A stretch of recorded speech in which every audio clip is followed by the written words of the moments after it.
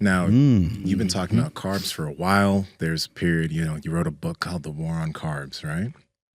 Now, I've also had stage where I've eaten way less carbohydrates or eaten no carbohydrates.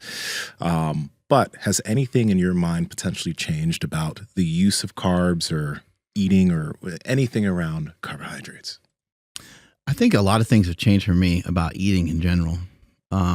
My main shift was just to protein, focusing on eating a lot of protein. And I've had that, I've been doing that for a while since I found out about kind of the 1 gram per pound of body weight type stuff.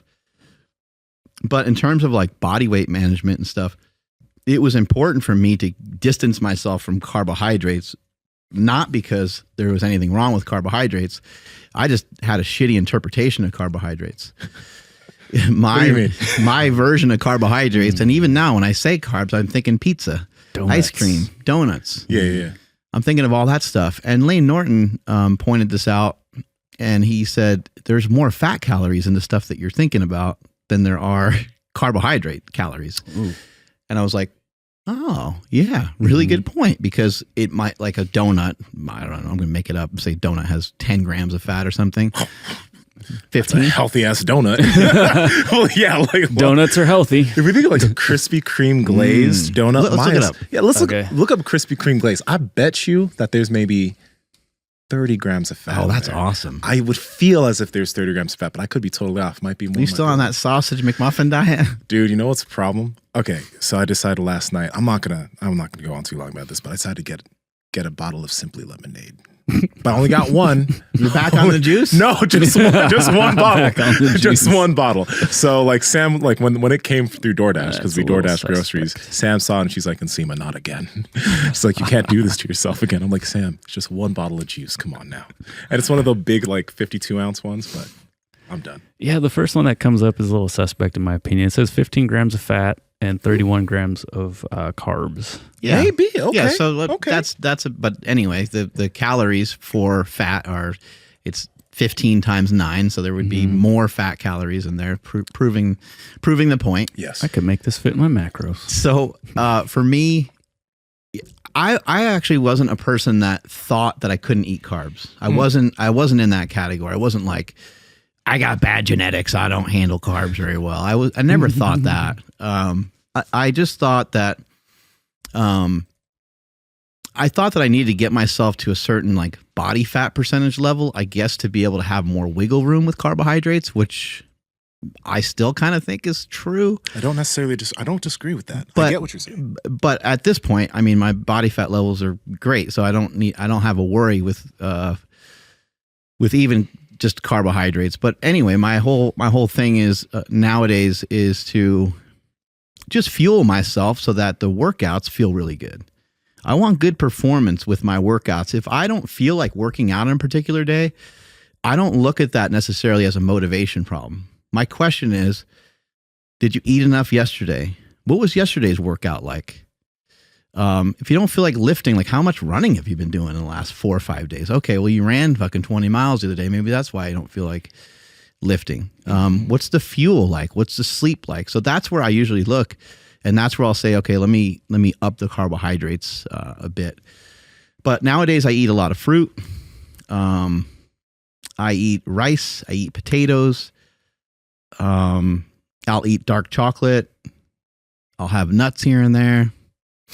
But I still need to like pay attention to the types of foods that I eat, because the food choices still can lead me down to a path of me overeating. And at this point, it's not necessarily about body composition, but it's about my own body weight.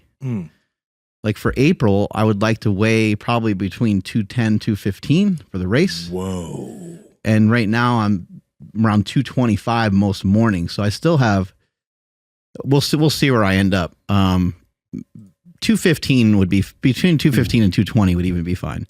Cause I don't need to lose like a ton of weight anytime rapidly, but just the sheer body weight that you're lugging around during these runs can be impactful. So that's what I'm kind of looking to do. But yeah, I have changed the way that I think about food in general.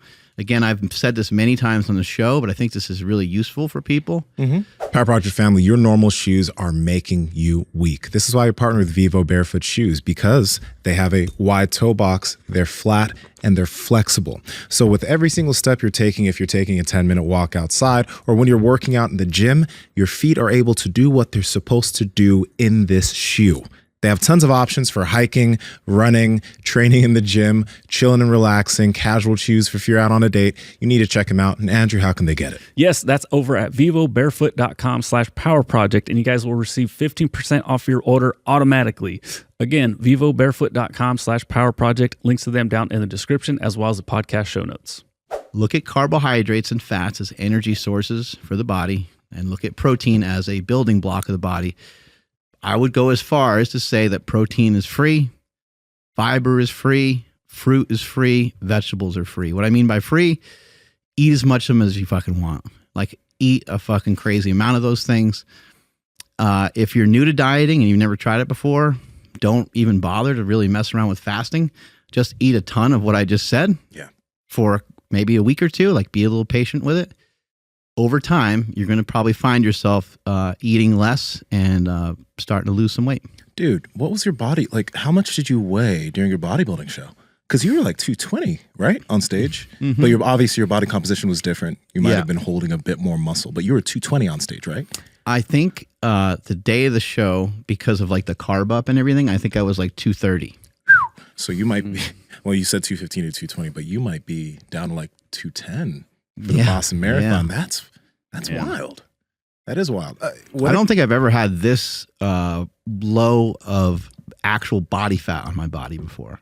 Oh, just holding and chilling, right? Yeah. I think, again, during the bodybuilding show, my body fat percentage may have been better because I may have had a little bit more muscle. But I don't think I've ever had this low, because I can kind of because I was so big before, I have a little bit of loose skin in certain spots, and I never really saw that before. I think, again, the bodybuilding show, I think I held on to enough muscle to where that was a little less noticeable. Not that it's noticeable or bugs me at all. It's just something I observed. But I think I have less body fat on me now than I ever have before. That's sick. Power Project family, we appreciate you checking out this clip. Check out another one. Just go check out another one. Or comment down below and let us know what you liked about this one. But we love you guys, and we're going to keep bringing you the heat. So comment, subscribe, and all that good stuff, okay? Peace.